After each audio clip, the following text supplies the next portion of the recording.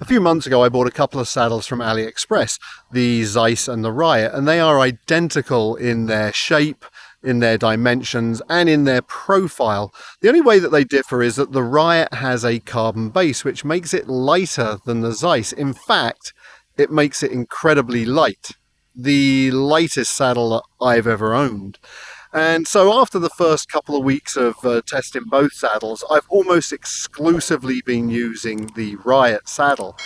I've done over 1,000 kilometers on it, and that includes several rides of over 4 hours, and it even includes a race. So I feel that now I'm well positioned to be able to give my critique of how I find this saddle and if I think it's any good.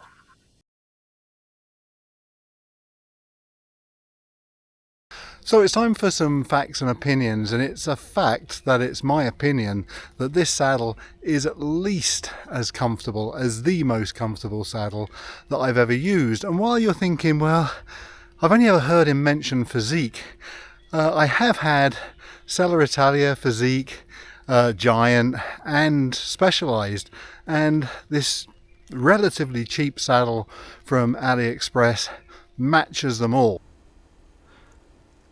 So why is this saddle so comfortable for me? Undoubtedly it's the fit. At 150mm wide, it's the correct width for my sit bones. It tapers towards the front, reducing the chances of chafing on my legs. And being a symmetrical sitter, the pressure relief channel does exactly what it should do. It relieves rather than chafes. And the cushioning, in combination with a good chamois, is more than adequate. This saddle scores at least a 9 out of 10 on a comfort scale for me. But we're all different, so I can totally understand that it's not going to be right for everyone. On my last video, Mako the Frog commented, "I've used the Ryet carbon saddle outside only. I found it to be really well built, but for me it was just not comfortable. Maybe it's just my sit bones, but I took it out on a 100-kilometer ride, and on our not so lovely potholed British roads, it felt like a jackhammer to my nethers." So really respecting that comment, I thought, I'm going to try my own little experiment. So pumped my tyres up as hard as I could, went out for purely a road ride, which for those who know me or watch my videos will know is quite unusual for me, and saw how I got on with the saddle. And I have to admit that going on a bumpy potholed road with pretty unforgiving tyre pressures, I did start to feel some discomfort or some pressure after about an hour. So I can absolutely believe that for some people this saddle is just not going to work. So the second consideration is just how good a quality is this saddle, just how durable is it? And so far, after 1,000 kilometers, I have absolutely no issues with it. The rails are in perfect shape. Where they meet the base of the saddle, there's no cracking, there's no hairline fractures, anything like that.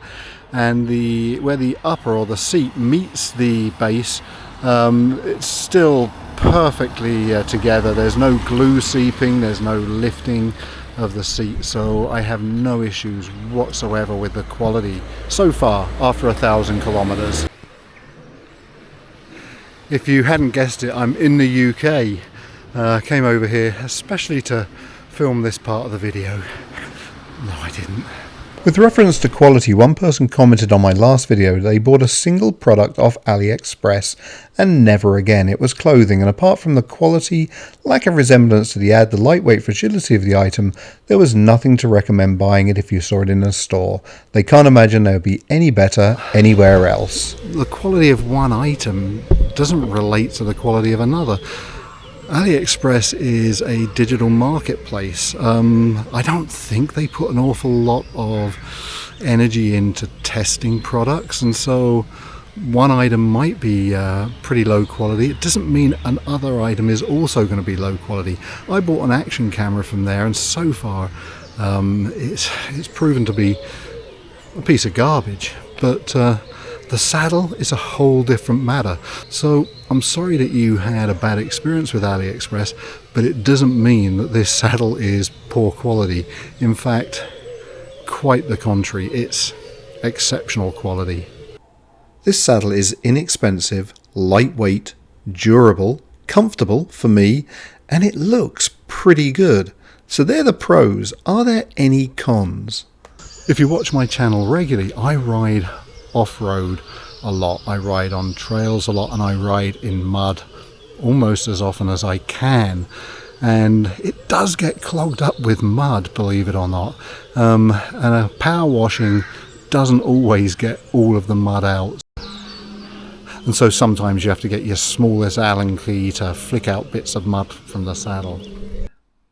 Now, I did want to just look at one of the other comments that was left on my original video for the Ryet saddle. And it comes from one of the viewers, and it says, "Originally, I thought to myself, how can they produce and ship for this low price? Then I discovered that this product was from their scrap bin contents that couldn't be sold." I have no idea how they would be privy to that kind of information, but let's assume that they're telling the truth or that they have some insider knowledge.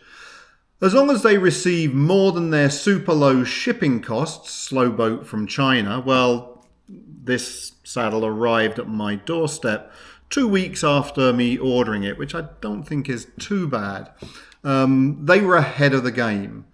Since a consumer could never cost-effectively return anything, there is effectively no warranty, and you are stuck with the subpar, barely functional, almost unusable items. Just landfill fodder.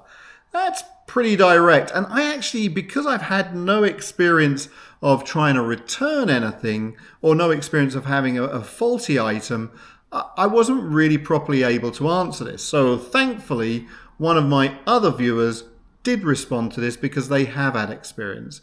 They said, "What are you basing this on?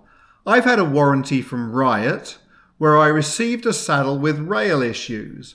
They sent me a new saddle, no need to return or to pay." So I find that really, really comforting. The fact that this other viewer had an issue with their saddle and Ryet just gave them a new saddle, didn't ask for the old one back, didn't ask them to pay anything extra.